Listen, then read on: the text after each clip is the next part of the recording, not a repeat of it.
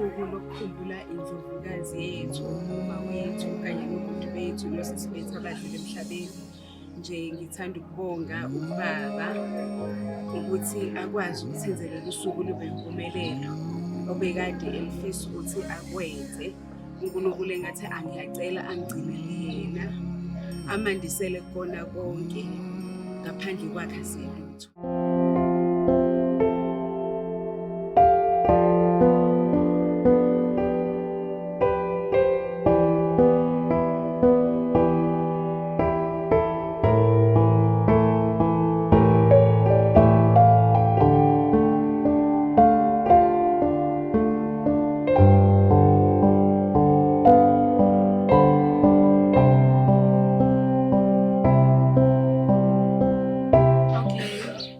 Njengamanje sisaprepare yona inkonzo njengoba nibona abazalwane befika, sizosuka la siyahamba siya eLocksdorp eMalibeni siyovula amatshe asisi nobhuti. Mese sisuka khona sesiyabuya-ke sesize ekhaya sovula futhi elinye, kuzovulwa elinye lasisi nobhuti kanye nendlovukazi yethu. Emva kwalokho-ke sizobe sekuba nenkonzo encane, emva kwalokho sobe sekuyadliwa-ke.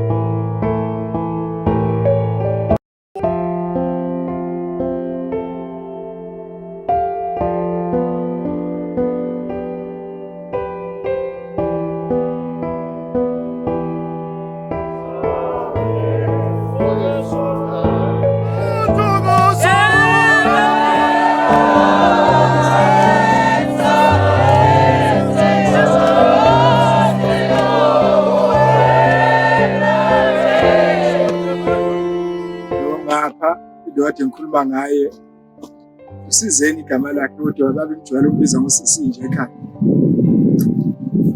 Uyele ube ngisho ukuthi ushone mhla ka-14 February 2000. Kwadlula usuku olulodwa washona lo mama mhla ka-16 February. Bangcwatshwa bobabili kanye mhla ka-21 February.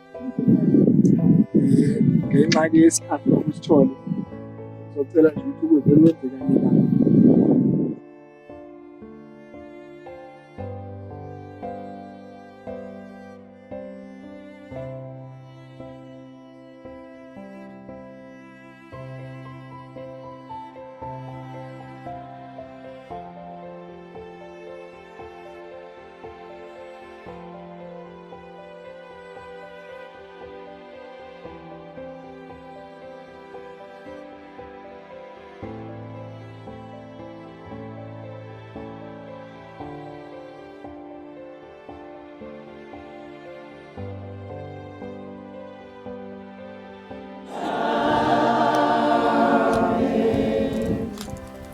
Lelitshe senze isikhumbuzo somuntu othandwe ukuba akhunjulwe, futhi siyasikhumbuza ukuthi kulabo abayithanda inkosi yethu uJesu Kristu ukufa kuyisango nje lokungena empilweni bazi. Sikhumbula amazwi enkosi yethu uJesu Kristu athi, mina ngikuvuka nokuphila, okholwa yimi noma efa uphila, nalowo ophila ekholwa yimi akasekho. Ngakho siyalahlukanisela lelitshe,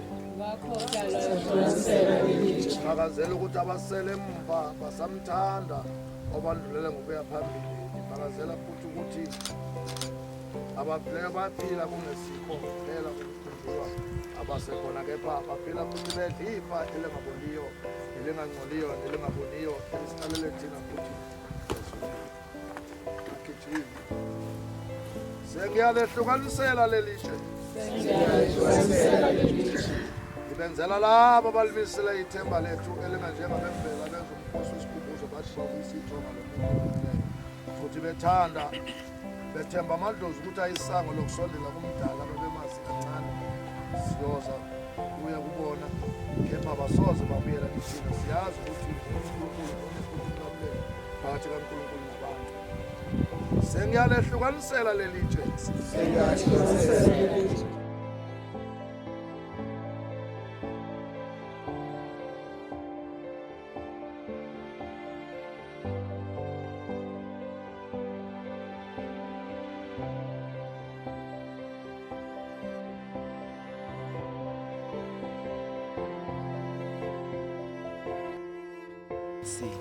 The road we shared has over time etched our love of you for eternity. We love you. Ngilapha ngememory okuphuma phela lokuGubani owazalwa ngomhla ka-22 ku-2 1994 walimala ngomhla ka-26 enyangeni 8 ngo-2010. Isaiah 54 verse 10. Through the mountain shaken and the hills be removed, yet the unfailing love for you will not be shaken, not my covenant of peace be removed. Your life was a blessing. Your memory is a treasure. And your love beyond words and missed beyond the measure like hugs.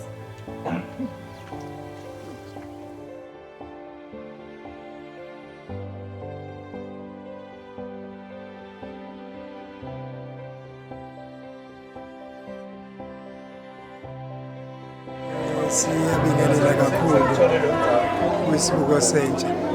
Cha, namhlanje besigeza umama umnikazi wekhaya. Sasisiphinde futhi senza nombulo wakwetshe lakhe.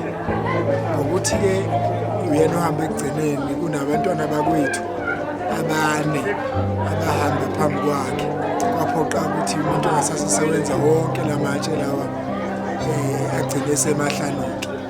Ingane zakwethu ezine kanye nomama osekugcineni.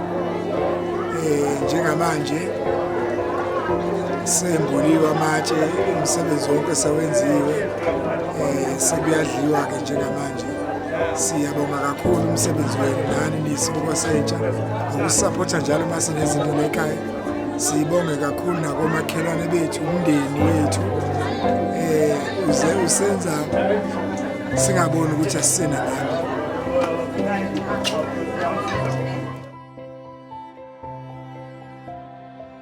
Ngikhumbula amatshe awu-5 lekhaya. Siqale wembesi sayovula amabili, sazovula amathathu lana. Kwaba nenkonzo yokubusisa kwadliwa. Kwangena abakhwenyana sebezosipha isipheko lesabasiphekisa ngalo. Sesibona ukuthi usuku lihambe kahle kakhulu.